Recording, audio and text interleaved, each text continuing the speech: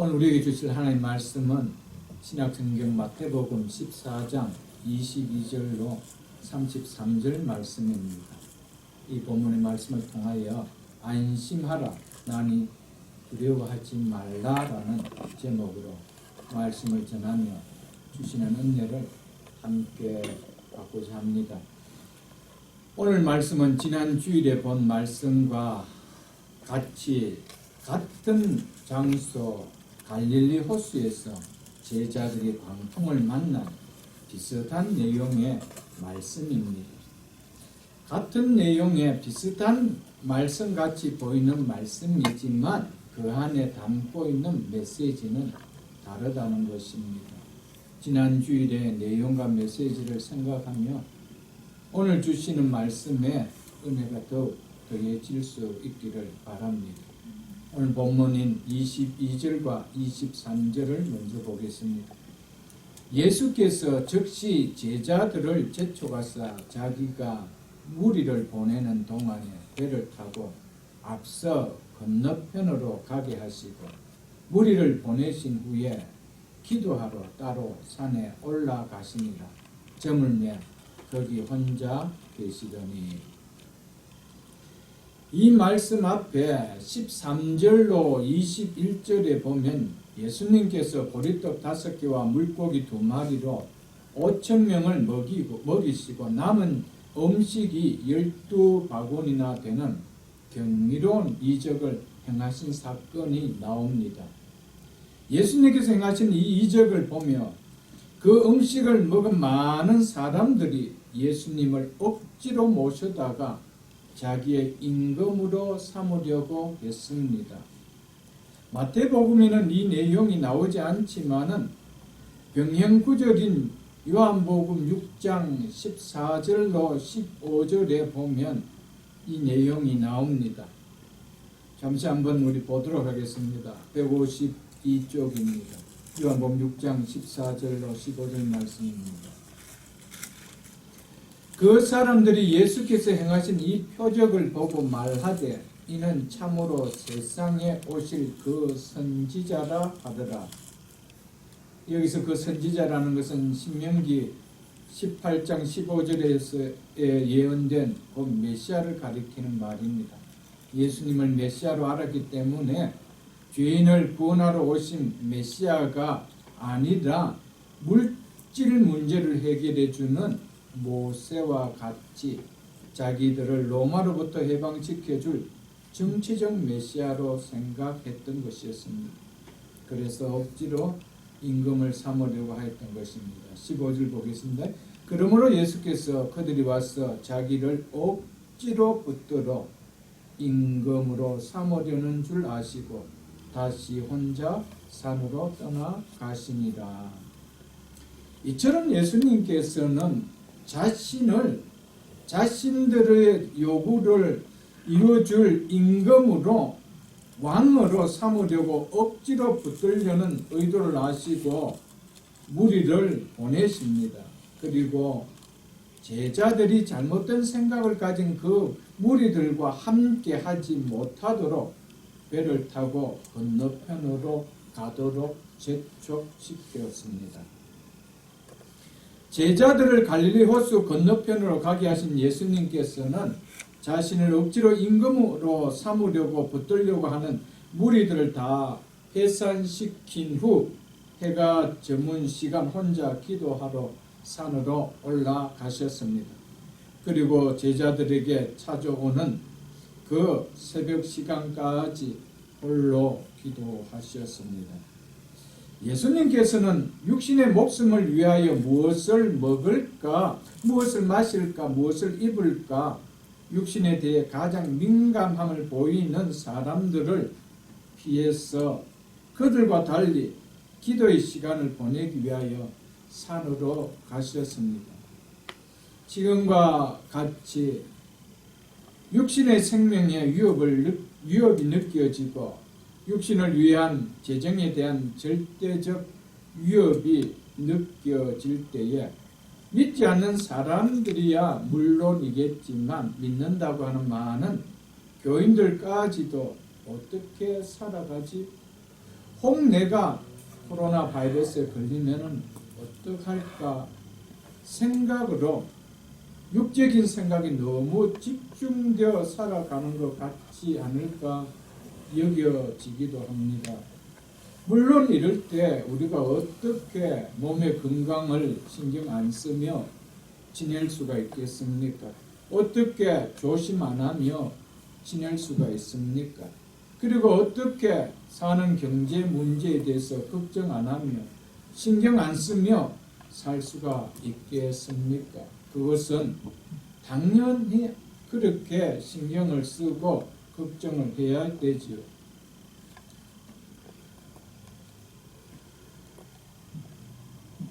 이것을 이렇게 걱정하고 신경 쓴다라고 해서 믿음이 없다라고 할 사람은 없을 것입니다. 안 하는 사람이 도리어 이상하겠지요. 그러나 문제는 너무 지나칠 정도로 예민함을 보이는데 문제가 있는 것이죠. 거기에 예민한 것에 비해 신앙에 대해서는 영적인 상태에 대해서는 그리고 이 문제로 인하여 일어나는 교회들의 영적인 문제 여기에는 너무나 관대함을 보이고 있다는 것이 문제지요. 저는 코로나 사태로 성도들의 생업들이 또 하시는 비즈니스가 또 나가는 직장이 어려움을 당하지 않도록 그리고 하나님께서 친히 긍휼을 베푸시고 은혜를 베풀어 주시도록 아침마다 간절하게 기도하고 있습니다. 그러면서도 더욱더 기도가 되는 것은 지금처럼 교회 공동체를 떠나 신앙생활을 하는 일이 오래됨으로 말미암아 혹 신앙이 느슨해지면 어떡할까? 혹은 영혼이 병들지는 않을까? 혹은 믿음이 떨어지지는 않을까? 혹은 공동체 생활이 전과 같이 그렇게 힘을 내면 할 수 있을까? 라는 염려가 되어지는 기도가 나옵니다.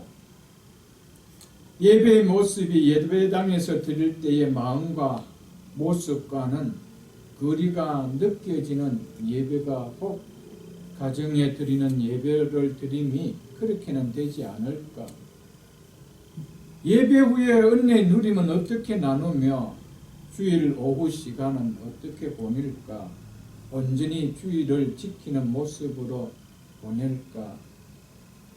마치 집을 떠나보내는 자식을 걱정하는 부모의 심정으로 염려를 하며 기도를 하고 있습니다. 특별히 요즘처럼 질병에 대한 관심이 높아져 자신과 가족들의 건강에 대해 또 경제적 문제에 대해 예민하게 느껴져 육신적 생활에 온통 신경이 집중될 때가 아마 우리에게는 이렇게 있어 본 적이 잘 없을 것입니다. 이럴수록 영적으로 깨어 육에 함몰되는 삶이 되지 않도록 우리는 기도해야 된다는 것이죠. 더욱이 너희는 먼저 그의 나라와 그의 의를 구하라는 주님의 말씀을 실천하는 삶이 더욱 필요한 때가 아닌가 느껴집니다. 이럴수록 내 영혼이 건강해지도록 내 가족의 신앙과 믿지 않은 형제의 구원을 위해 내가 은혜 받고 섬기는 교회를 위해 이 땅의 교회들을 위한 민족의 구원을 위한 기도에 더욱 마음을 쏟아야 하지 않을까 그렇게 여겨집니다. 만일 우리의 가족 중에 구원받지 못한 채 코로나로 인하여 세상을 떠나는 사람이 있다라면 그 일을 어떻게 우리가 감당할 수 있겠습니까? 우리는 생명이 위협을 느껴지는 이 시기를 맞이하여 더욱 구원에 대한 절실한 기도가 필요할 줄 압니다. 우리 주님께서는 육의 것을 찾아 육의 임금으로 삼으려고 할 때 주님은 그들과 반대로 영혼을 위한 기도의 시간을 따로 가졌다는 이 사실을 통하여 가장 육적인 것에 마음이 쏠리기 쉬운 이때에 우리는 주님을 통하여 본받아야 할 모습이 무엇인지를 본받을 수 있기를 축복합니다. 24절에 보면 배가 이미 육지에서 수리나 떠나서 바람이 거스름으로 물결로 말미암아 고난을 당하더라. 주님의 말씀에 순종하여 갈릴리 호수를 건너던 제자들이 예상치 못한 큰 풍랑을 만납니다. 그래서 제자들이 엄청난 고난을 겪고 있다라고 말씀하고 있습니다. 제자들 중에는 베드로를 비롯해 갈릴리 바다에서 잔뼈가 굵은 베테랑 어부 출신들이 여럿 있었습니다. 그래서 고기를 잡는 밤 시간에 풍랑을 만나는 경험은 한두 번이 아니었을 것입니다. 그래서 나름 풍랑을 만났을 때 풍랑을 이겨내는 노하우가 제자들에게는 있었을 것입니다. 그럼에도 제자들이 바람으로 인한 물결로 고난을 당하더라는 것을 보면 이 바람은 옛사람 바람이 아닌 것을 우리가 짐작할 수가 있습니다. 이 제자들이 노를 다루는 기술로는 헤쳐나갈 수 없을 만큼 큰 바람을 만난 것으로 보여집니다. 주님을 믿고 따르는 그리스도인들도 이 제자들처럼 예상치 못한 고난을 만날 수가 있다라는 것을 오늘 본문을 통해 우리에게 보여주고 있습니다. 말씀에 순종하는 믿음의 사람에게도 예상치 못한 고난이 오늘 제자들처럼 있을 수가 있다는 것을 본문은 보여주고 있습니다. 말씀에 순종하여 가는 길에도 예상치 못한 위기를 만날 수 있다는 것이 오늘 본문을 통하여 우리에게 보여주고 있습니다. 불순종의 삶을 살 때 만나는 고난은 죄를 깨닫게 하는 징계에 매지만은 순종의 삶에 만나는 고난은 믿음을 더욱 견고케 하는 훈련입니다. 믿음을 정경케 하는 테스트라는 것이죠. 지금 우리가 코로나 사태로 인해 만나고 있는 이 고난의 시간은 모든 교회와 교인들에게는 이 둘을 다 포함하고 있는 위기일 것입니다. 어떤 사람에게는 죄를 깨닫게 하는 징계의 시간이 되어질 수도 있고 어떤 사람에게는 믿음을 더욱 견고케 하며 또 자신의 믿음을 점검하는 계기가 되어질 것입니다. 평안하게 보인 지난 시절 교회가 하나님 보시기에 어떤 모습이었는지, 하나님보다 사람을 더 두려워하는 모습이었는지 그렇지 않은지, 신본 중심보다 인본 중심의 메시지는 아니었는지, 하나님의 말씀을 선지자적 모습으로 그대로 말씀을 전하기보다 사람의 불편함을 배려하는, 사람들에게 위안적인 평안함, 인위적인 평안함을 주려는 모습의 강단으로 유지하려고 하지는 아니하였는지, 하나님을 하나님 되게 섬기기보다 하나님을 자기를 위한 우상으로 섬기는 종교가 되어버리지 않았는지 깨닫게 하시기 위함인 줄도 모를 것입니다.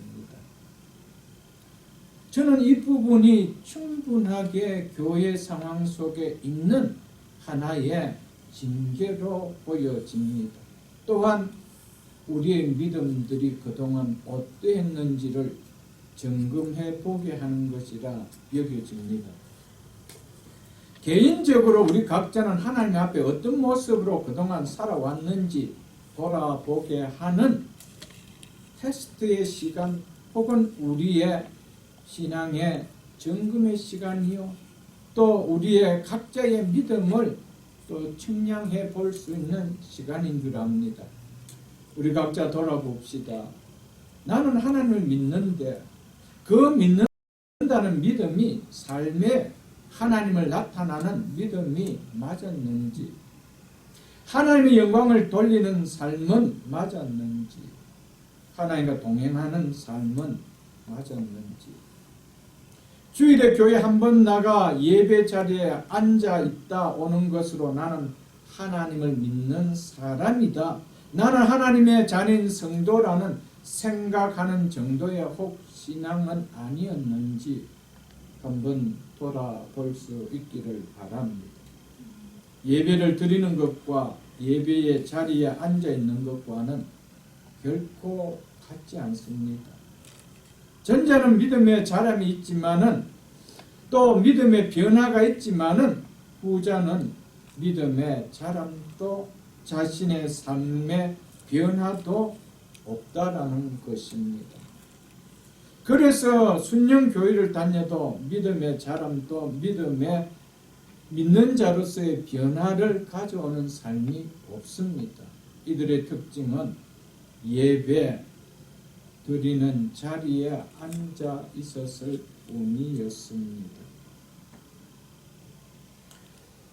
우리는 그동안 이 예배라는 중요한 시간을 우리가 맞이하면서 우리가 각자가 처해 있는 처소에서 예배를 드리면서 우리는 정말 예배를 드리는 모습인지 아니면은 예배의 자리에 앉아 있는, 그래서 말씀을 들어도 자람이 없고 말씀을 들어도 변함이 없는 여전한 모습은 아닌지 돌아볼 수 있는 시간이 되기를 바랍니다. 하나님과 물질을 겸하여 섬기지는 않는지 또한 돌아볼 수 있는 귀한 시간 되기를 바랍니다.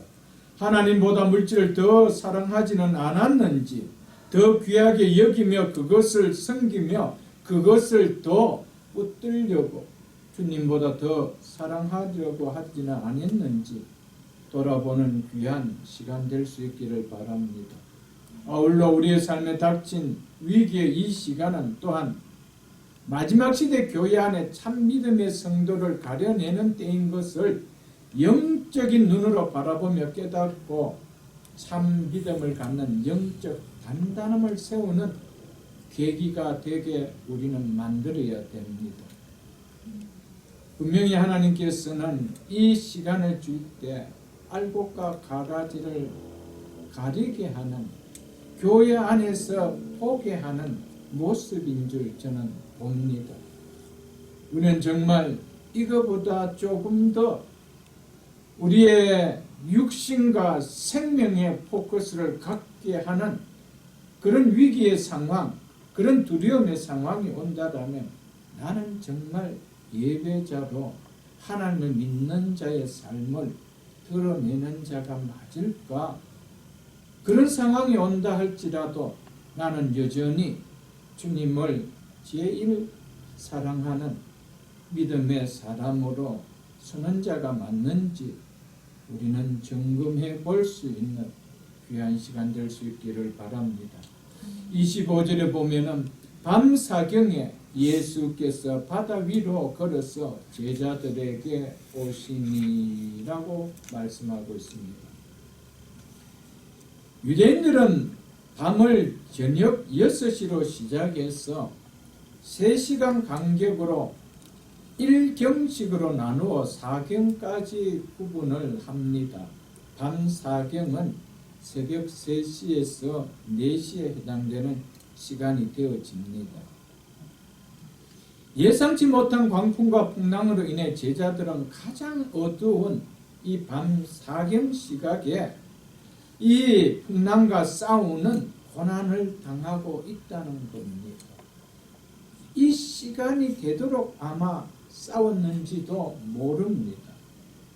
백년구절인 마가복음 6장 48절에 보면은 바람이 거슬림으로, 즉 바람이 거슬러서 불어오므로 제자들의 괴로이 놓아졌는 것을 보시고 밤 사경쯤에 바다 위로 걸어서 저희에게 오사라며, 제자들이 거슬러 불어오는 바람과 일어나는 풍랑과 싸우는 장면을 마가는 제자들이 괴로이 노를 지었다라고 표현해 놓고 있습니다.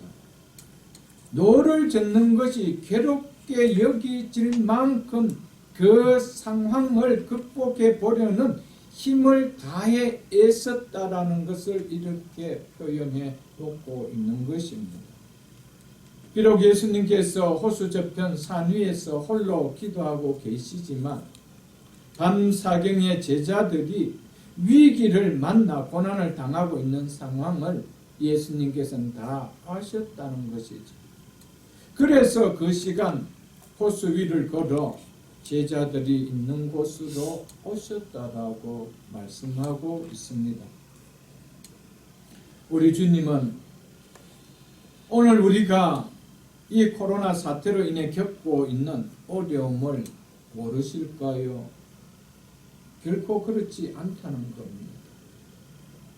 이 어려운 상황과 싸우기 위하여 괴로이 노를 젓고 있는 우리의 모습을 주님은 모르고 계실까요? 다 알고 계십니다.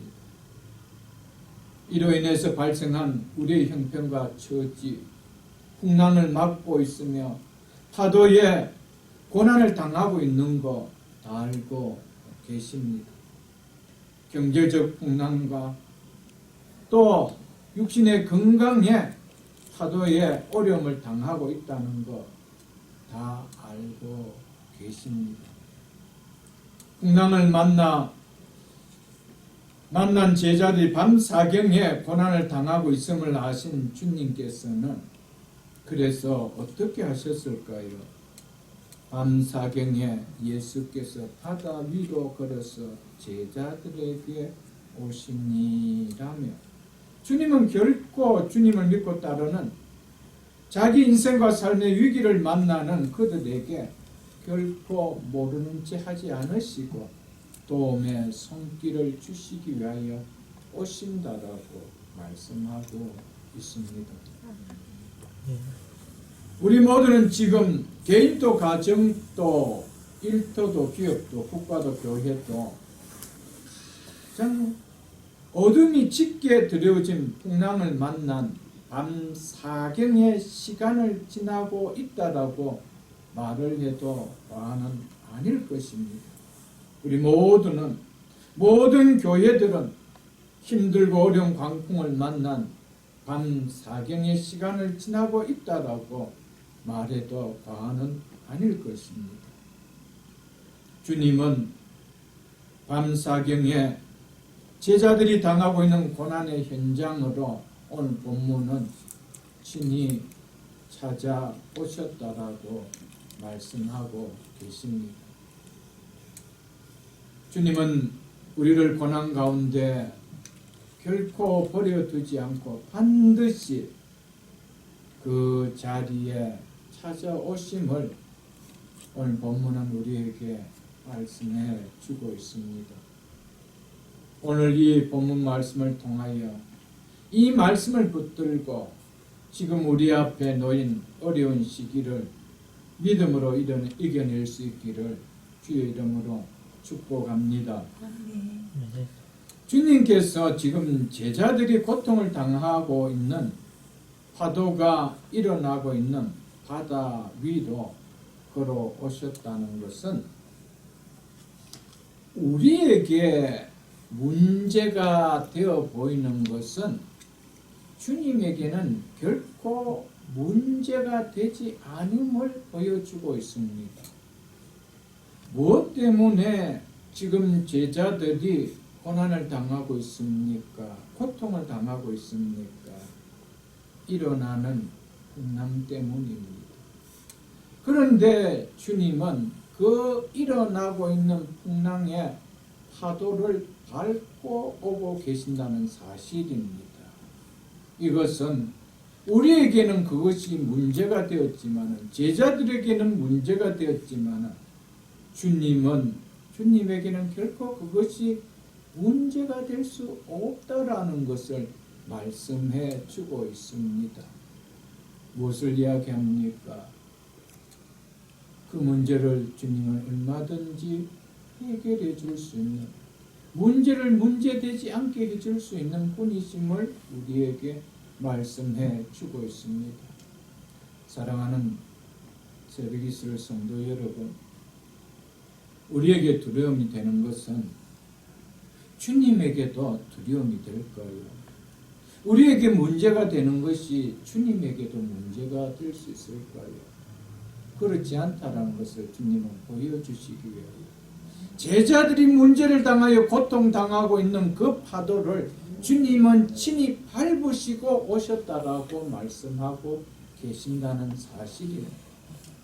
우리에게 코로나 바이러스가 문제되고 두려움이 되겠지만은 주님에게는 결코 이것은 두려움의 대상이 되지 않는다는 것입니다. 그렇다면 주님이 오셔서 이 문제를 밟아주시면 우리에겐 결코 두려움이 되지 않을 텐데, 주님이 해결해 주기보다는 내 스스로가 해결하려고 하니까 우리의 모든 시선은 영적인 것이 되지 못하고 육적인 것이 되어진다는 것이죠. 주님 앞에 의지하기보다는 내 스스로 모든 것을 하려고 하고 있다는 것이죠. 그렇다 보니 결국 내 스스로 하는 만큼 영적인 것은 후퇴되어진다는 것이죠. 주님에 대한 믿음은 그만큼 약해지고 주님이 해결해 주는 이 문제의 맛은 전혀 누려보지 못하게 된다는 것이죠. 예수님께서는 물 위로 걸어오셨다라고 말씀하고 있습니다. 무슨 말씀입니까? 주님은 결코 중력의 지배를 받지 않을 수 있는 분인 것을 말씀해 주고 있습니다. 중력의 지배받지 않을 수 있는 분은 중력을 만드신 창조주 하나님 외에는 없습니다. 이것은 바로 주님 자신이 자연 만물을 창조하시고 친히 다스리시는 하나님이신 것을 제자들에게 보여주고 있는 것입니다. 그래서 33절에 보면 제자들이 예수께 절하며 이르되 진실로 하나님의 아들이로소이다 라고 고백했던 것입니다. 바로 이분이 우리의 인생을 책임져 주시는, 우리가 믿음으로 고백하고 있는 주님이라는 사실입니다. 이분이 우리의 영혼뿐 아니라 우리의 인생 걸음걸음에서 붙잡아 주시고 인도해 주시고 구원해 주시는 구원의 주님이라는 사실인 것을 여러분들 기억할 수 있기를 바랍니다. 우리의 문제를 밟고 오시는 주님, 자연의 어떤 원리에도 지배 안 받을 수 있는 이 주님, 이분이 지금 우리가 당하고 있는 모든 상황 속에 오셔서 막아주신다라면 우리에게는 문제되어질 것이 아무것도 없습니다. 그렇기 때문에 주님 앞에 우리는 기도하고 맡기는 신앙이 되어야 되지. 이것저것 다 피하면서 내가 무엇을 하려고 하는 믿음이 되어서는 안 됩니다. 이럴 때 주님을 가까이 하고 이럴 때 주님을 의지하라고 주님께서는 이런 본문의 말씀을 제자를 통하여 깨닫게 주셨는데, 이런 시절 앞에, 이런 시가들 앞에 이 말씀이 물은 무용지물처럼 여겨져 버리는, 문제를 밟고 오시는 이 주님을 붙들지 못하고, 어떤 문제도 지배받지 않는 이 주님을 붙들지 못하고 능크창과 똑같이 살아간다라면 어찌 우리가 주님을 믿는 주의 백성이라고 말할 수가 있겠습니까? 사랑하는 성도 여러분, 어려운 시절 속에 우리의 가까이에는 이 주님이 계시고, 우리의 고통 다가하고 있는 이 현실 속에 이 주님이 고통의 현장까지 오셔서 우리의 문제를 해결해 주신다는 사실을 믿을 수 있는 믿음을 가질 수 있길 주의 이름으로 축복합니다. 아멘. 26절로 27절 말씀을 보겠습니다. 제자들이 그가 바다 위로 걸어오심을 보고 놀라 유령이라 하며 두려워하여 무서워하여 소리 지르거늘, 지금까지 물에서 살아온 제자들로서는 한 번도 사람이 물 위로 걸어온 것을 본 적이 있습니까? 없습니다. 그렇기 때문에 두려움에 잠겨 있는 제자들에게 순간 그 입에서 나오는 것이 무엇이겠습니까? 이 말밖에는 아는 것이지요. 그래서 두려움의 공포에 잡혀있는 제자들에게 주님은 이렇게 말씀하십니다. 27절 보겠습니다. 예수께서 즉시 이르시되 안심하라, 나니 두려워하지 말라, 이 말씀을 하셨습니다. 오늘과 같이 경제적 뿐만 아니라 목숨까지도 불안을 느끼며 두려워하는 이 상황 속에서 안심하라, 나니 두려워하지 말라라는 말보다 위로가 되는 말이 있겠습니까? 안심하라, 두려워하지 말라. 절대적으로 안심이 요구되는, 평안이 요구되는, 두려움이 벗어지기를 원하는 이 상황 속에 안심하라, 두려워하지 말라라는 이 말씀보다 우리에게 위로가 되는, 힘이 되는 말씀이 있겠습니까? 그런데 이 말을 하여도 전혀 위로가 되지 않는 사람의 입에서 나온 것이라면 무슨 소용이 있겠습니까?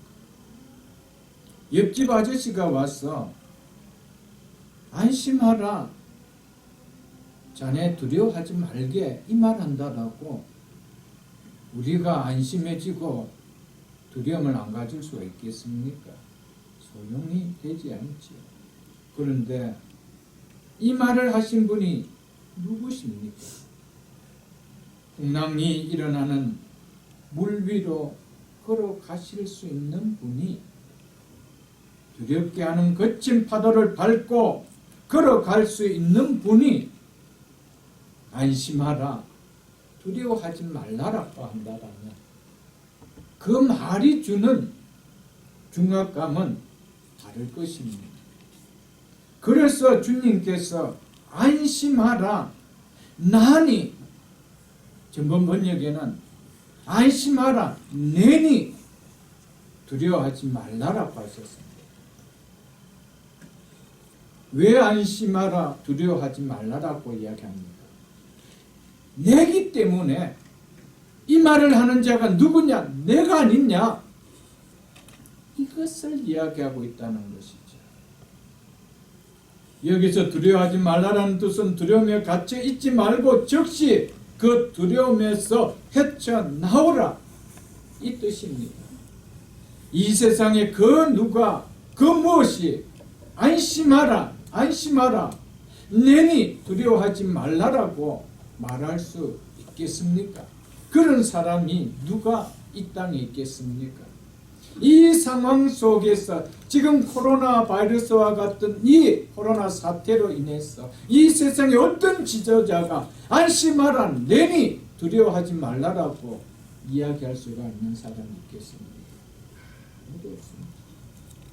트럼프가 이 이야기를 한다라고, 트럼프 대통령이 이 말을 한다라고 해서 여러분 이 말에 두려워하지 않냐고 안심할 사람이 있겠습니까? 어떤 의사가 나와서 이 말을 한다고 해서 지금의 상황에서 안심하고 두려워하지 않을 사람이 있겠습니까? 이 세상엔 과연 누가 내니 두려움에 갇혀있지 말고 즉시 그 두려움에 헤쳐나오라고 이야기할 수 있는 사람이 있겠습니까? 여기에서 난이, 지난 번역에는 내니라고 했습니다. 저는 내니라는 표현이 훨씬 더 어감이 더 와닿습니다. 그래서 저는 가급적이면 그렇게 표현하고 싶습니다. 여기서 내니라는 이 말은 그냥 우리 표현과 같이 단순하게 들려지는 내다, 나다 이 정도의 의미로 한 말이 아닙니다. 출애굽기를 한번 보겠습니다. 출애굽기 3장 13절로 14절을 보겠습니다. 출애굽기 85쪽입니다. 오늘 본문에서 내니 두려워하지 말라라고 할 때 바로 이 내니, 난이라는 이 원어는 에고에임입니다. 에고에임이. 이 말의 뜻은 나는 나이다, 나는 나이다 이 말입니다.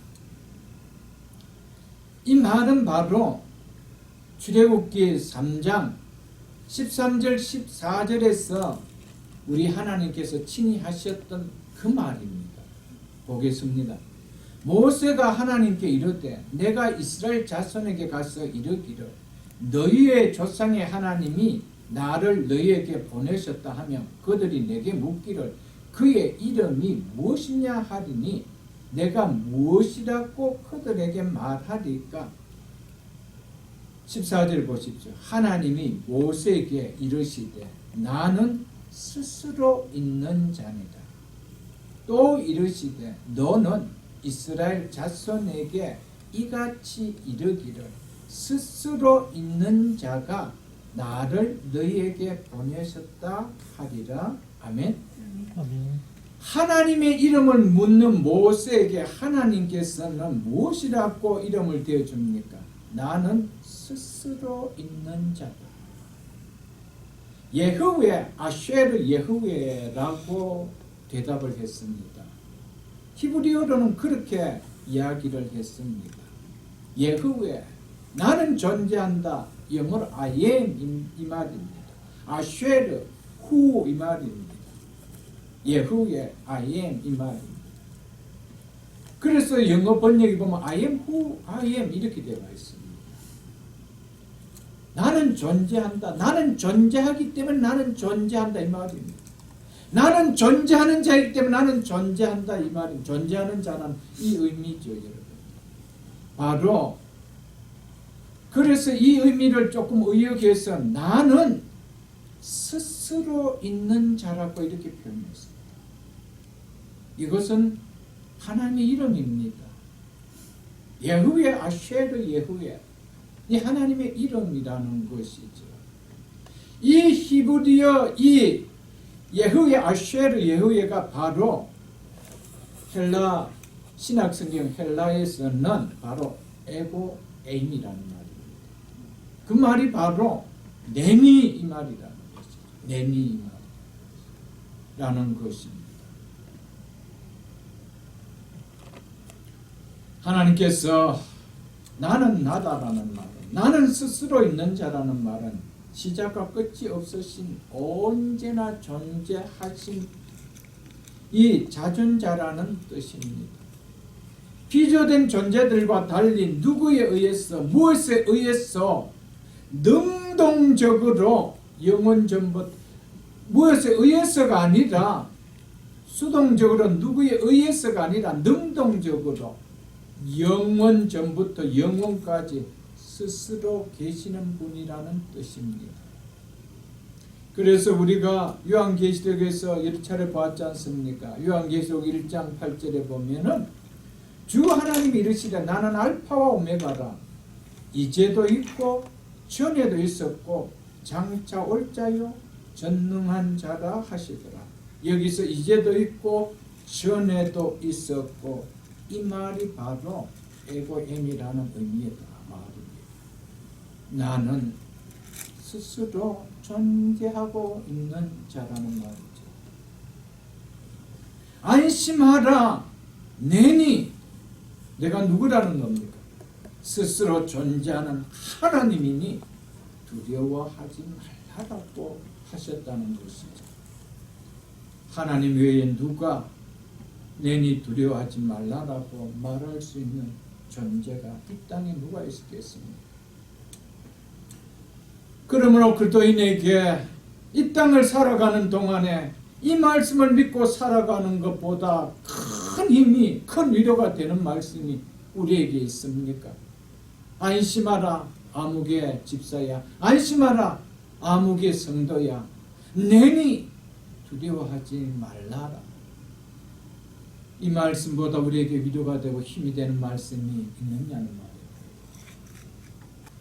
그래서 말로 표현할 수 없는 로마 황제들로부터 대박해를 당한 초대교회 성도들에게 이 말씀보다 위로되는 말씀이 없었습니다. 그렇기 때문에 황제 숭배를 거부하는 기독교인들에 대한 박해가 가장 극심한 때에 도미티아누스 황제 때 주님께서는 사도 요한을 통하여 말씀하시고 보게 하신 것을 기록하여 소아시아 7교회에 보내게 하는 요한계시록을 기록하면서 1장 4절과 8절 두 절에 걸쳐서 나는 이제도 있고 전에도 있었고 장차 올 자라고 기록해 놓고 있음을 우리는 볼 수가 있습니다. 왜냐하면 초대교회 때 이 피비내 나는 이 핍박 속에 가장 위로가 되는 말씀은 바로 안심하라 내니 에고 에임이라는 이 말보다 힘있는 말이 없었기 때문에 나는 이제도 있고 전에도 있었고 장차 올 자라는 이 말씀보다 핍박을 당하는 그들에게 힘되는 말씀이 없었기에 기록해 놓았습니다. 사랑하는 성도 여러분, 우리가 환난을 이길 수 있는 믿음은, 어려운 환경을 이길 수 있는 믿음은 내가 믿고 따르는 그 주님이 누구신지를 바르게 알 때입니다. 그 주님이 누구신지를 모르면은 우리는 환난을 당하면은 환난 속에 그냥 믿음은 온데간도 없이 함몰되어져 버립니다. 그리고 환난이 그치며 마치 좋은 믿음의 소유자처럼 활짝 또 꽃을 피는 것 같이 보이죠. 그러다가 또 어려운 문제가 오면은 언제 그러느냐, 그 믿음의 꽃은 다 접어지고 보이지 않는 것 아니겠습니까, 여러분? 그것은 바로 내가 믿고 의지하고 따르는 주님이 누구신 것에 대해서 분명한 믿음도 확신도 없을 때 나타나는 것인 줄 압니다.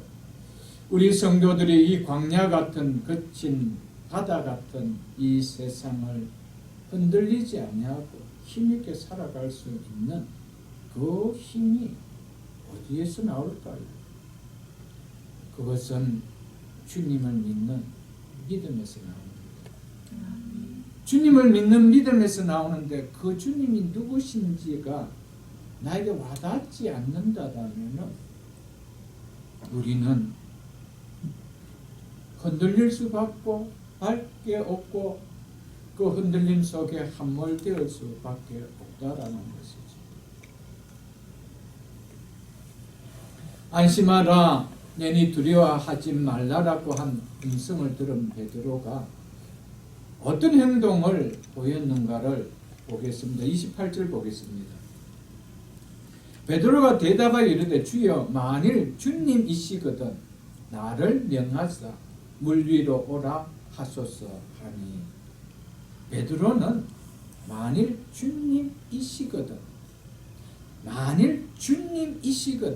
주님이시거든 이게 아주 중요한 말입니다. 그렇다면 나를 명하사 물 위로 오라 명해 달라라고 그렇게 이야기를 했습니다. 지금 상황이 어떤 상황입니까? 거센 바람이 불고 거친 파도가 무섭게 일어나고 있는 이런 두렵게 하는 상황입니다. 베드로가 이런 상황 속에서 주님이시라면 나를 명하여 이런 물리로 걸어오게 해달라고 명해 주십시오. 이렇게 했다라는 것이죠. 왜요? 주님이 누구신지 아시기 때문에. 지난번에 주님과 함께 있을 때 갈릴리 호수에서 풍랑을 만났을 때 주님이 그 풍랑을 잠잠케 하신 것을 이 베드로는 체험을 했던 것이었습니다. 사랑하는 성도 여러분, 우리가 예수를 믿어도 우리가 주로 고백하는 예수님을 제대로 깨닫지 못하고 말씀을 보면서도 이 말씀이 그냥 인쇄된 글자로 여겨지고 하나님의 말씀으로 여겨지지 않는다라면은 주님이시거든 이 말을 외칠 수가 없습니다. 주님이시거든 이게 외쳐지지 않습니다. 여러분, 우리에게 가장 지금 요구되는 우리의 고백이 뭡니까? 주님이시거든 이거 아닙니까? 주님이시거든. 주님께서 지금 풍랑 위로 걸어오셨다는 사실과 그 주님이 명하시면 주님의 능력이기에 자신도 이 풍랑 위에 걸을 수 있었다는 확신이 있었기에 베드로는 주님이시거든 나를 명하사 이 거친 파도가 일어나는 물 위로 오라고 명해 주소서라고 했다라는 것이죠. 베드로는 단순히 나로 하여금 물 위로 걷게 하소서라고 말하지 않았습니다. 나를 물 위로 오라고 명령해 달라라고 이렇게 요구했다는 것입니다. 이게 중요합니다. 이는 베드로가 주님의 명령, 주님의 말씀의 권세, 그 말씀의 능력이 어떠함을 그가 체험했기 때문입니다. 풍랑도 말씀 한마디로 잔잔케 하시는 그 주님의 말씀의 능력을 베드로는 알았기 때문에 그래서 나로 하여금 물 위로 걷게 하소서가 아니라 나로 물 위로 오라고 명령해 주소서라고 그렇게 말했던 것이었습니다. 베드로의 이 고백은 다른 제자 앞에서 믿음 있는 것처럼 보이기 위한 헛새를 부르는 폼 잡는 믿음의 언어가 아니었습니다. 비록 베드로가 뒤에 물에 빠지기는 하지만 이 순간만큼은 주님의 입에서 나오는 말씀의 능력이 어떠함을 그가 분명하게 믿고 고백했던 말이었습니다. 그래서 이어지는 29절을 보십시오. 오라, 주님께서 나로 오게 하소서 하는 이 베드로의 요구에 오라 하시니 베드로가 어떻게 했대요? 안 갔대요? 갔대요. 베드로가 배에서 내려 지금 아스팔트 위에 내린 거 아닙니다. 배에서 지금 거치게 풍랑이 일어나고 있는 그 갈릴리 호수 위에 내렸다는 것입니다. 이는 베드로의 고백이 진실한 믿음의 고백임을 보여줍니다. 오라 하시니 베드로가 배에서 내려 물 위로 걸어 예수께로 가되 베드로가 지금 거센 파도가 일어나는 물 위로 걸어서 주님께로 가고 있습니다. 우리는 베드로의 이 모습에서 무슨 교훈을 발견할 수 있을까요? 무슨 진리를 우리에게 말씀해 주고 있는지 우리가 볼 수 있을까요? 오늘 이것을 볼 수 있어야 합니다. 주님의 말씀의 권세와 능력을 믿고 행할 때 주님의 능력을 체험하게 된다는 사실입니다. 주님의 말씀의 능력을 믿고 순종하는 자에게 주님은 어떤 안정장치도 어떤 보호장치도 마련해 주지 않고 무조건 믿고 순종해 보라고 하시는 분이 아니라는 사실을 우리에게 깨닫게 해주고 있습니다. 우리 주님께서는 베드로를 향하여 오라 할 때는 그 어떤 보호장치도 안정장치도 거기에 대한 책임도 하시지 않고 그냥 오라 하신 거 아니라 이 말이에요. 하나님께서는 아무런 보호와 안전과 책임 조치도 하지 않으시고 아브라함을 갈대아 우르에서 가나안 땅으로 오라라고 말씀하지 않았습니다. 하나님께서 아브라함을 통하여 갈대아 우르를 떠나 내가 지시할 땅으로 오라 했을 때는 하나님은 그 말씀에 대한 모든 책임과 보호와 안전장치를 해놓고 오라 하셨다는 사실입니다. 하나님은 아무런 보호장치도 하지 않고 요단강 물에 발을 담그라고 하신 분이 아니었습니다. 하나님은 아무런 조치도 하지 않으시고 마지막 기름 한 스푼과 한 움큼의 밀가루를 나에게 먼저 가져오라라고 하신 분이 아니라는 사실입니다. 하나님은 아무런 대책도 세워놓으신 것이 없으면서도 밝은 대낮에 깊은 데로 가서 그물을 내려라고 하신 분이 아니라는 사실입니다. 하나님께서 하라고 하셨을 때 그렇게 해서 그 말씀에 순종해야 하도록 그렇게 하라고 할 때 하나님은 거기에 대한 모든 조치를 해놓고 우리에게 요구한다는 사실을 우리는 오늘 이 본문 29절 말씀을 통하여 깨달아야 한다는 것이죠. 하나님은 아무런 책임도 세워놓지 않으시고 무조건적으로 아브라함에게 네 살아간 독자 이삭을 바치라고 하신 분이 아니었습니다. 하나님은 수양을 여호와 이레로 준비해 놓으시고 대책을 세워 놓으시고 하셨다는 사실이죠. 하나님은 우리에게 책임져 주시지 않으시면서도 열의 하나를 구분하여 나에게 들으라고 하시는 분이 아니라는 사실입니다. 열의 하나를 구분하여 드릴 때 하나님은 거기에 대한 책임과 안전과 보호를 다 해놓고 우리에게 그 말씀을 하셨다는 사실입니다. 하나님은 우리에게 아무런 책임도 마련해 주지 아니하고 주의를 온전하게 지켜라고 하신 분이 아니라는 사실입니다. 하나님은 그 말씀을 하실 때 모든 장치를 해놓으시고 책임과 거기에 대한 모든 것을 해놓으시고 대책을 세워놓으시고 하고 있다는 사실이지. 사랑하는 성도 여러분, 우리는 하나님의 말씀을 완전하게 믿지 못하는 이유가 뭘까요? 그 다음이 어떻게 전개될까를 모르기 때문에 거기에 대한 오심 때문에 순종하지 못한다는 것이죠. 베드로는 나를 물리러 오라 하소서. 주님이시라면 나를 오라 하소서. 오라 했을 때 베드로가 배에서 내렸다라고 했습니다. 왜? 오라 하시는 주님, 나 물에 빠지지 않게 하는 것을 그는 알았기 때문이었습니다.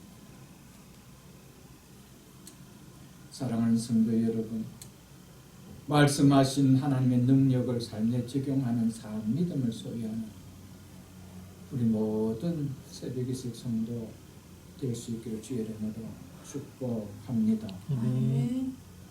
베드로는 오라 하시는 주님의 말씀에 자신을 삼킬 것 같은 파도가 치는 그 물 위에 몸을 내려놓습니다. 그리고 파도가 있는 그 물 위로 걷기 시작했습니다. 어떻게 가능했습니까? 오라는 주님의 말씀의 능력, 말씀하시는 주님의 권세를 믿기 때문이었습니다. 우리는 하나님의 말씀을 아무리 듣는다 하더라도 그 말씀하신 주님을 믿지 못한다라면 두려움의 상황 속에 올 때 나는 한 걸음도 발걸음을 옮기지 못합니다. 내가 스스로 보호하려고 합니다. 베드로는 가장 위기의 순간에 가장 이 땅에 누구도 경험해보지 못했던 하나님의 능력을 체험해본 사람입니다. 왜? 주님을 믿는 믿음. 이번에 우리에게 닥친 이 코로나 사태를 통하여 어느 누구도 체험해보지 못한 그런 우리의 삶 속에, 우리의 사업처 속에, 우리의 삶의 터전 속에 이런 일을 한번 맛볼 수 있는 우리 모두가 다 될 수 있기를 주의 이름으로 축복합니다. 네. 어려운 시간을 지날 때일수록 우리가 보여야 할 모습은 이성으로 복잡게 생각하며 머리로 실이익을 따지는 복잡한 계산이 아니라 베드로처럼 주님을 신뢰하는, 말씀을 신뢰하는 단순함을 보이는 것입니다. 믿음은 절대적으로 단순합니다. 사람의 생각은 참 복잡습니다. 이해타산을 따집니다. 이게 수지가 맞을까 안 맞을까 이렇게 하면은 실이 있을까, 실이 있을까, 실을 당할까, 이익을 당할까 뭐 이런 계산들이 막 머리에 복잡하게 계산이 두드려지죠. 그러나 믿음은 단순합니다. 말씀이 그런가? 그래 하겠습니다. 왜? 말씀에 순종할 때 말씀의 모든 대책과 보호와 안전장치와 책임은 주님 해놓고 하라고 하신 것을 내가 믿기 때문입니다. 베드로는 여기서 계산하지 않았습니다. 내가 발을 디디는 게 맞을까 안 디디는 게 맞을까 계산하지 않았습니다. 그래서 오라 하시니 베드로가 배에서 바로 내렸다라고 이야기하고 있습니다. 얼마나 많이 머리가 계산되어야 될 순간 아니에요. 사랑하는 성도 여러분들, 문제 앞에 계산이 복잡하며 생각이 많으면 절대로 믿음은 잘할 수가 없습니다. 절대로 믿음은 견고해질 수가 없습니다. 항상 문제 앞에는 우리의 복잡한 머리가 굴러가기 때문에 믿음은 항상 무너지고 내 생각이 믿음을 줄여 나갈 때가 있습니다. 이 사실을 여러분들 기억하시고 베드로처럼 단순한 믿음은 이 어려운 시절일수록 더욱더 드러내는 우리 모두가 될 수 있기를 축복합니다. 놀라운 믿음을 보이며 물리로 걸어 주님께로 가던 베드로가 주님께 완전하게 가지 못하고 어떤 일이 있었는지 30절 이렇게 이야기하고 있습니다. 바람을 보고 무서워 빠져가는지라 라고 하고 있죠. 참으로 우리를 당황하게 만드는 장면이 아닐 수가 없습니다. 놀라운 믿음을 보이며 거센 파도가 있는 물리로 걷던 베드로가 왜 중간에 주님께 다 하지 못하고 물에 빠지게 되었을까? 이 이유가 무엇일까요? 오늘 성경은 두 가지를 우리에게 말씀해 주고 있습니다. 그 이유에 대해서. 첫째는 바람을 보고 이렇게 이야기합니다. 바람을 보는 것이 문제였다라고 이야기합니다. 두 번째는 무서워. 바람을 보고 두 번째는 무서워. 이것이 이유라는 것입니다. 사실은 진짜 이유는 무서워하는 것이 이게 문제라는 것. 이게 원인이라는 것이죠. 바람을 보는 것, 이것은 문제가 안 될 수가 있습니다. 왜냐하면 베드로는 물 위로 걸어가기 전에도 그는 여전히 바람을 받는 사람이었습니다. 자기 앞에 생생 거치게 부는 바람 보았습니다. 물결 치는 파도 보았습니다. 그럼에도 보이는 그 파도가 일어난 물결 위를 걸어갔습니다. 왜 걸어갔습니까? 두렵지 않아서 걸어갔습니다. 그런데 이번에는 똑같이 바람을 받는데 뭐 했대요? 무서워했대요.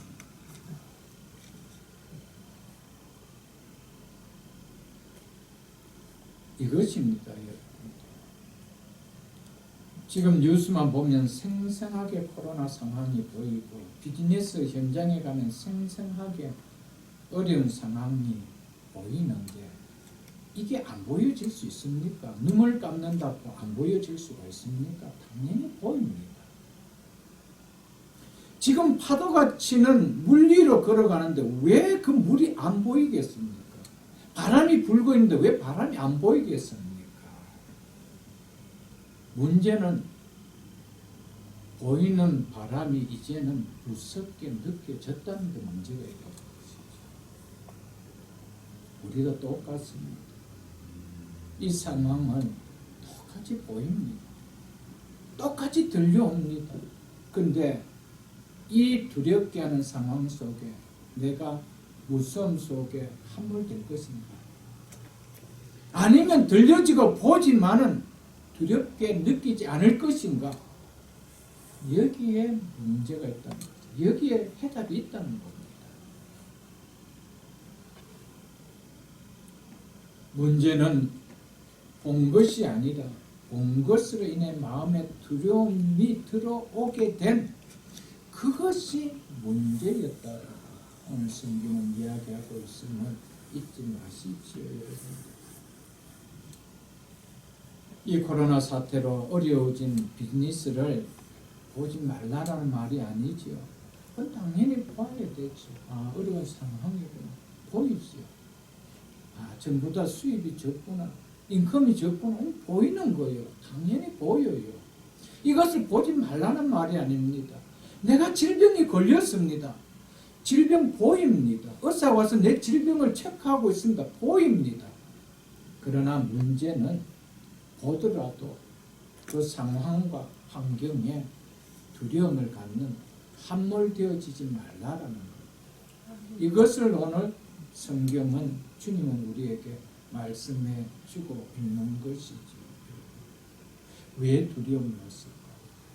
왜 베드로가 잘 가다가 똑같이 조금 전까지만 똑같이 봤던 그 바람이 그 거친 파도가 왜 이제는 두렵게 느껴졌을까요? 이것을 우리가 깨달을 수가 있어야 된다는 것입니다. 그것은 바로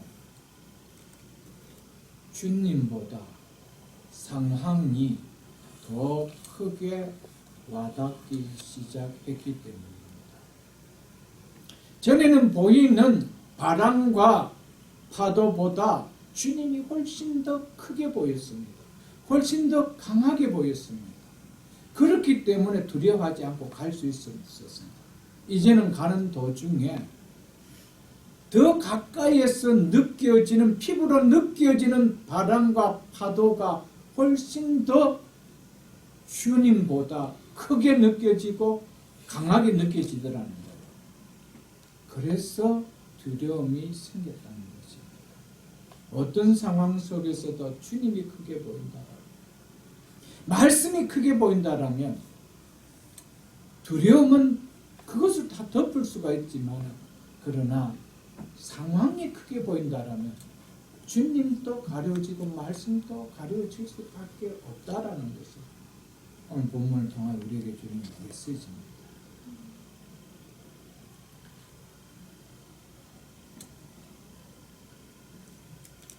똑같은 상황인데 보십시오, 여러분들.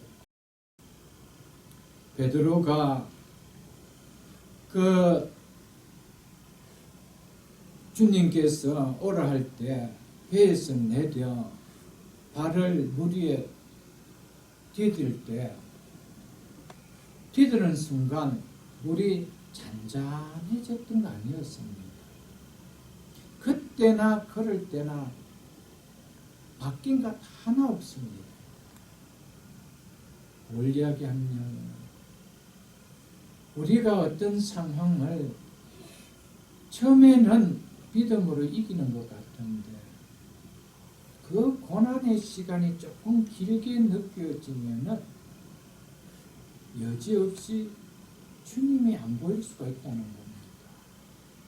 말씀이 안 들을 수가 있다는 겁니다. 그래서 주님을 믿고 의지하고 말씀을 믿고 의지하는 것이 이제는 그렇게 전과 같이 와닿지 않는 거예요. 뭐지? 그렇게 되면 무엇이 더 부각됩니까? 환경이 두렵게 하는 상황이 그렇게 되어진다는 것이죠.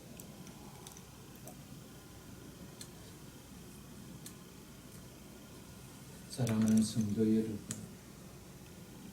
우리가 이 말씀을 통하여 한 가지 깨달아야 될 사실은,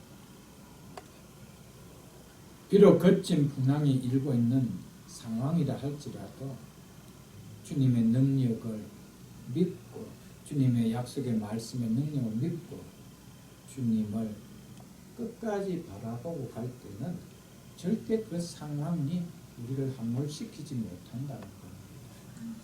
결국 그 상황은 잠잠하게 되어질 것이고, 하나님 그 문제는 하나님 해결해 주신다는 사실입니다. 그렇지 않으면 우리는 결국 똑같이 능크창과 똑같이 함몰되어지면서 육신이 살고 싶어하는 발버둥만 치는 입만 드러나게 되어진다는 사실입니다. 우리는 베드로가 보인 모습을 통하여 똑같이 하나님을 믿고 말씀을 믿는 믿음을 가졌더라도 어떤 사람은 두렵게 하는 상황을 발로 밟고 가는 사람이 있는가 하면, 어떤 사람은 가다가 그 상황 속에 빠져들이는 사람도 있다라는 것을 우리에게 보여주고 있는 내용입니다. 사랑하는 성도 여러분, 그래서 하나님 우리에게 원하시는 것은 어떤 상황 속에서라도 나를 믿는 믿음을 잃어버리지 말라는 겁니다. 이것을 제자들을 통하여, 베드로를 통하여 말씀을 믿고 따르는 오늘 우리에게 교훈해 주시기 위하여 하나님은 이 말씀을 기록해 놓았다는 것입니다. 이단 베드로, 예수님의 제자들은 예수님이 누구신지를 분명하게 알았을 때는 어떤 상황 속에서 십자가를 거꾸로 찌는 순교를 당하는 자리까지 가면서 결코 목숨을 잃는 두려움 없었습니다. 당당하게 걸어갈 수 있었던 것이었습니다. 30절 중반절로 32절까지 보겠습니다. 소리 질러 이르되 주여 나를 구원하소서 하니 예수께서 즉시 손을 내밀어 그를 붙잡으시며 이르되 믿음이 작은 자여 왜 의심하였느냐 하시고 배에 함께 오르매 바람이 그치는지라. 물에 빠진 베드로를 향하여 예수님께서는 손을 내밀어 잡아 건져주시면서 하시는 말씀이 믿음이 적은 자여 왜 의심하느냐, 이 말씀을 다시 했습니다. 주님이 하신 이 말씀 속에 베드로가 왜 바람을 보고 무서워하여 물에 빠졌는지 해답을 우리에게 얘기해 줍니다. 베드로가 물에 빠지게 된 원인, 그 해답이 뭐라고 이야기합니까? 그것은 의심의 결과다, 이것을 이야기합니다. 의심 때문이었다는 것. 주님을 의심하지 아니하고 안심하라 내니 두려워 말라라고 했을 때 주님이시거든 이라고 했을 때는 거기에는 주님에 대한 의심이 하나도 없었어요. 말씀에 대한 의심이 하나도 없었어요. 그러나 주님께로 가면서 가까이에서 느껴지는 더 실감적으로 피부적으로 느껴지는 그 바람과 물결의 두려움 때문에 하나님을 의지하고 말씀을 의지하는 그 믿음에 무엇이 갔다는 겁니까? 들어왔다는 겁니다. 의심이 들어갔다는 겁니다. 내가 정말 주님 있는 데까지 걸어갈 수 있을까? 이 거친 파도를 밟으면 끝까지 갈 수 있을까?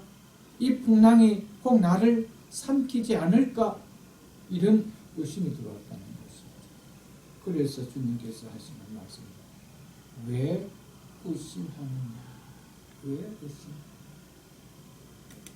이 말씀을 하셨다는 것입니다. 의심을 품는 그 믿음을 가지고 믿음이 적은 자라고 하심을 또한 우리는 볼 수 있어야 됩니다. 주님에 대한 의심, 주님의 능력에 대한 의심, 말씀의 능력에 대한 의심, 그것은 꼭 믿음이 적은 자인 것을 드러낸다는 것이죠. 믿음은 있는데 그 믿음이 힘을 쓰지 못한다는 겁니다. 믿음이 힘을 쓰지 못하는 믿음을 가리켜서 작은 믿음이라고 얘기해요. 왜냐하면 어떤 상황 속에서도 넘어질 수 있는 의심의 요소가 파고 들어올 수 있는 믿음이기 때문이죠.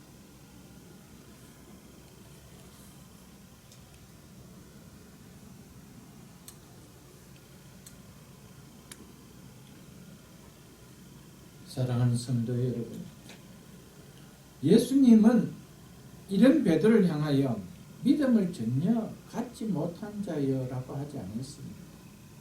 믿음이 작은 자여라고 하였던 것이죠. 믿음이 있음에도 불구하고 믿음에 구실을 하지 못하는 것이죠. 믿음은 갖기는 가졌는데 믿음이 구실을 하지 못한다는 것입니다. 그러니까 적용해야 될 순간에 적용하지 못하고 의심이 들어버리는 것이죠. 그러니까 끝까지 갈 수가 없었던 것이죠. 믿음이 사라져버린 것이 아닙니다. 믿음은 있는데 믿음이 약하기 때문에 의심이 들어왔다는 것입니다. 믿음 자체가 없다라면 주님은 믿음이 적은 자여라면 믿음 자체를 이야기하지 않습니다. 믿음이 아예 없는 자에게는 믿음 얘기 자체를 하지 않습니다.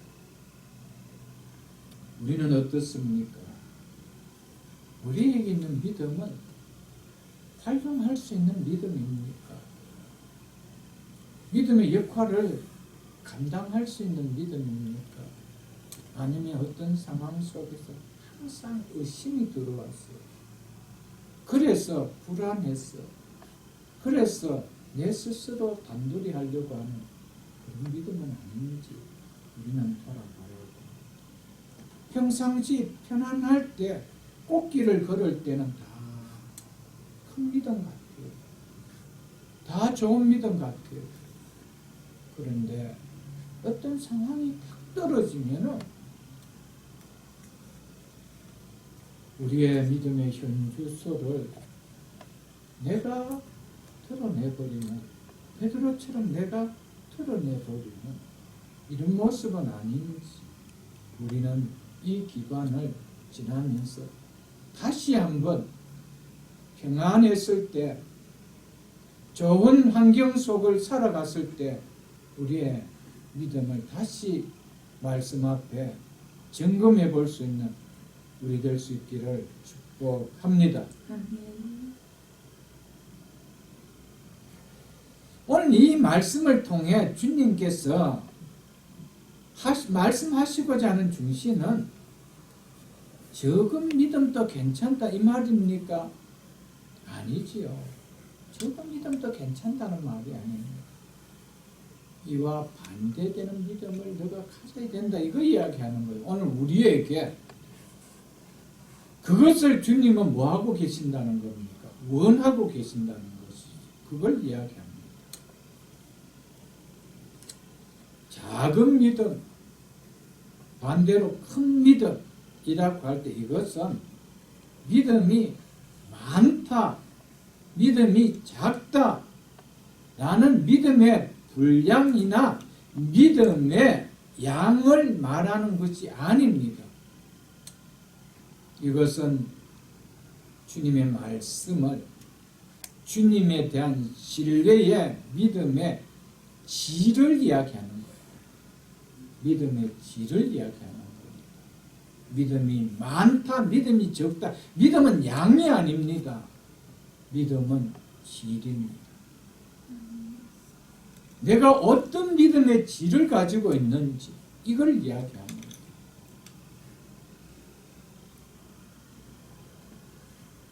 그렇기 때문에 큰 믿음이라는 것은 의심을 담지 않고 어린아이처럼 순수하게 단순하게 믿는 그 바른 믿음의 개념으로 보시면 됩니다. 그것이 큰 믿음입니다. 믿음의 양이 많다, 분량이 많다 이 개념이 아니라는 것이죠. 믿음의 질을 이야기합니다. 의심하지 않아요. 순수하게 믿는 그 믿음의 질을 큰 믿음이라고 말합니다. 베드로가 보인 문제는 믿음의 분량도 믿음의 양도 아니었습니다. 주님을 온전히 끝까지 신뢰하지 못하고 중도에 흔들려 버리고 바르지 못한 믿음, 이것이 문제였다라고 하죠. 의심이 들어올 수 있는 온전한 믿음이 되지 못한 그 믿음을 질타하셨던 것이었습니다. 주님이 원하셨던 것은 오라 하신 주님의 말씀을 끝까지 신뢰하는, 그 말씀하신 주님에 대한 끝까지 신뢰하는 그런 견고한 바른 믿음을 주님은 원하셨던 것이었습니다.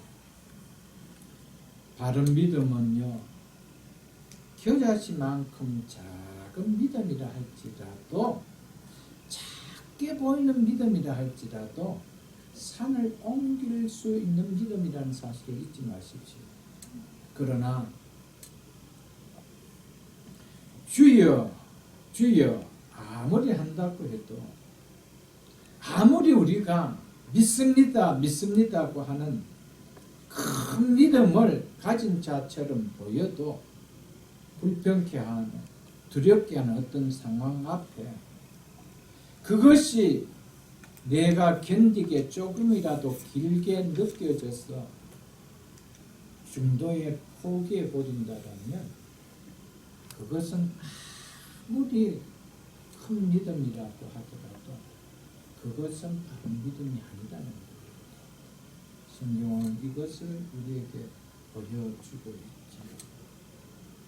나타나 보이기에는 정말 연약해 보이고 정말 초라하게 보이고 작은 믿음처럼 보이는 사람이라도 그 중심에 주님에 대한 신뢰가 견고하고 말씀에 대한 그 중심이 견고한 그 바른 믿음, 그 큰 믿음의 사람은 결코 무너지지 않습니다.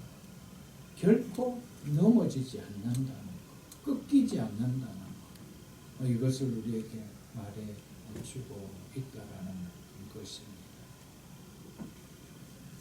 사랑하는 성도 여러분, 흔들리지 않는 큰 믿음, 견고한 바른 믿음, 이것은 어디에서 생길까요? 어디에서 이 믿음이 생길까요? 처음에 우리가 이런 큰 믿음을 조금도 의심 없이 베드로가 보여주지 않았습니까? 주님이시거든. 주님이시거든. 나를 명하여 물리로 오라 하소서. 여기에 대한 믿음입니다. 여러분, 주님이 누구신지를 끝까지 우리가 붙들고 가는 믿음, 이게 큰 믿음입니다. 그런데 주님이 누구신지를 알지 못하는데 우리가 끝까지 흔들리지 않는 믿음을 가져갈 수 있을까요? 그래서 여러분, 주님을 끊임없이 우리는 알아가야 되고, 주님을 끊임없이 배우려고 하고, 주님을 끊임없이 닮아가려고 해야 됩니다. 그 믿음을 가르쳐서 큰 믿음이라고 해야 돼요. 그 믿음을 가르쳐서 바른 믿음이라고 해야 돼요. 그러나 주님에 대한 신뢰를 갖는 믿음이 무너져 버리는 의심이 들어오는 것은 왜 그럴까요? 주님에 대해서 잘 알지 못하기 때문입니다. 여러분, 그래서 우리는 주님을 끊임없이 알아가려고 하는 믿음이 우리에게 반드시 있어야 된다는 사실을 꼭 기억할 수 있도록 주의 이름으로 축복합니다. 신앙의 변질은 바로 주님에 대한 오심, 말씀에 대한 오심, 여기에서 신앙의 본질이 생겨집니다.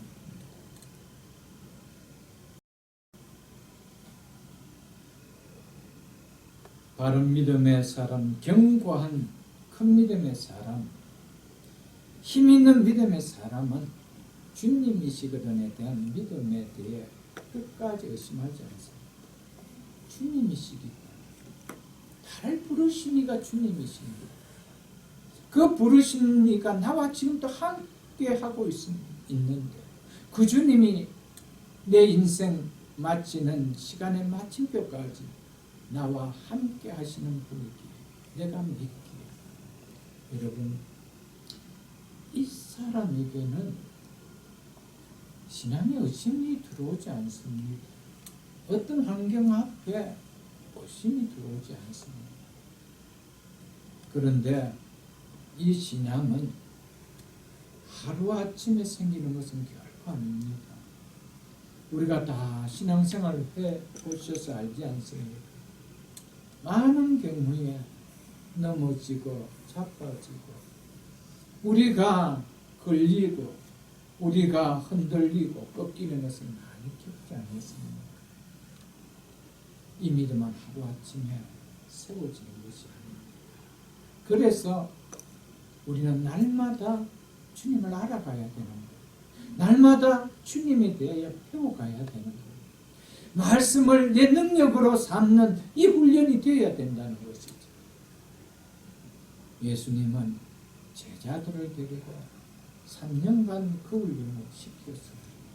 현장 속에서 그 훈련을 시켰습니다. 마지막 주님께서 승천하시기 전까지 누가복음에 보면 제자들을 말씀으로 가르쳤다라고 말씀하고 있는 것을 우리가 볼 수 있을 것입니다. 사랑하는 성도 여러분, 우리가 전번보다 지난 날보다 조금 더 견고해진 믿음의 사람이라면 거기에 머무르지 마시고 우리는 어떤 상황 속에서도 끝까지 이 코로나 사태보다 10배 아니 100배 아니 초대교회 같은 우리의 목숨을 건드리는 문제가 나온다 할지라도 결코 주님을 믿는 믿음 잃어버리지 않는 견고한 믿음으로 설 수 있는 우리 모두가 다 될 수 있기를 주님의 이름으로 축복합니다. 아멘. 마지막 말씀을 보고 맺겠습니다. 꼭 우리가 믿음이 약해져서 두려움의 상황에 빠질 수 있습니다. 그럴 때 우리가 잊지 말아야 할 것은 베드로처럼 주여 나를 구원하소서 이 주님에 대한 부르짖음입니다. 그렇다고 우리 주님께서 믿음이 적은 자여 왜 의심하느냐면 그 머리를 물속으로 밀어넣는 분이 아니라는 것입니다. 예수께서 즉시 손을 내밀어 그를 붙잡으시며 배에 함께 고르매 바람이 그친지라. 예수님께서 즉시 손을 내밀어 그를 붙잡아 주셨다라고 이야기했습니다. 왜요? 믿음의 사람으로, 큰 믿음의 사람으로, 다음에는 십자가 앞에서도 그 믿음을 잃지 않는 사람으로 세워주고 있습니다. 여러분, 우리는 약해서 넘어질 수가 있습니다. 이 코로나 사태로 인해서 우리 믿음이 약해지고 두려움 앞에서 우리의 믿음이 흔들릴 수가 있습니다. 잊지 마실 것입니다. 그렇다고 주님은 이 믿음이 적은 자 왜 의심하느냐 하면서 그 두려움 속에 함몰되도록 만드시는 분이 아니라는 사실입니다. 그 환경 속에 빠져있는 우리를 손을 내밀어 즉시 붙잡으시고 우리를 일으키시고 바람을 그치게 하신 분이라는 사실을 잊지 마십시오. 여러분, 우리는 여기서 또 한 가지 생각해야 될 것은 주여 나를 구원하소서 할 때 우리 주님께서 오셔서 손을 내밀며 베드로의 손을 잡을 때 주님께서 베드로를 향하여 손을 내밀 때 베드로가 예수님의 손을 어떻게 붙잡았을 것 같아요? 이것을 우리가 좀 생각해야 돼요. 그렇게 잡으면 우리는 살아날 수가 있습니다. 베드로는 죽기 살기로 매달려 잡았을 것입니다. 우리는 혹 두렵게 하는 상황 속에 넘어지고 자빠지는 일이 있을 때 주님을 깨우시고 주님을 향하여 손을 내밀되 그 손을 어떻게 잡아야 됩니까? 꽉 잡아야 돼요. 주님, 다시는 주님을 의심하지 않겠습니다. 다시는 주님을 의심해서 이런 일이 없겠습니다 할 정도로 강하게 잡아야 된다는 것입니다. 사랑하는 성도 여러분, 베드로는 물 위에 빠지고 나서 스스로 헤엄쳐 나오려고 하지 않았습니다. 주여 나를 구원하소서. 이것이 우리에게 은혜가 되기를 원합니다. 우리가 어떤 상황 속에서 정말 주님의 구원이 아니면 이 문제가 해결될 수 없다라고 한다면 우리는 하나님 앞에 이렇게 외쳐야 됩니다. 이 베드로가 물에 빠져서 주님 나를 구원하소서 할 때 그 외침이 어떻게 외쳤을까요? 파도 소리보다 더 크게 외쳤을 것입니다. 그리고 주님이 손을 내미실 때 그 잡은 그 힘은 정말 어떤 힘보다 강하게 잡았을 것입니다. 사랑하는 성도 여러분, 끝까지 우리는 주님을 바라보고 그리고 내미는 주님의 손을 우리가 끝까지 붙들고 간다라면 우리의 삶 속에 오는 말씀같이 배에 함께 오름에 바람이 그치더라라고 말씀을 했습니다. 사랑하는 성도 여러분, 말씀을 이제 맺겠습니다. 오늘 이 말씀을 통하여 안심하라, 내니 두려워하지 말라라는 이 말씀을 우리가 가벼이 듣지 마시고 여기에서 내니라는 이 말, 어떤 말씀으로 들려와야 되는 말씀인지 강하게 잡으시고 정말 두렵게 하는 우리 상황 속에서 안심하라, 내니 이 말씀을 하시는 분이 내가 믿는 주님이신 줄 알고 이 상황 속에서 끝까지 두려움을 보이는 믿음 없는 자의 모습이 아니라 믿음 있는 자의 모습을 보이는 우리 모두가 다 될 수 있기를 주님의 이름으로 축복합니다. 아멘.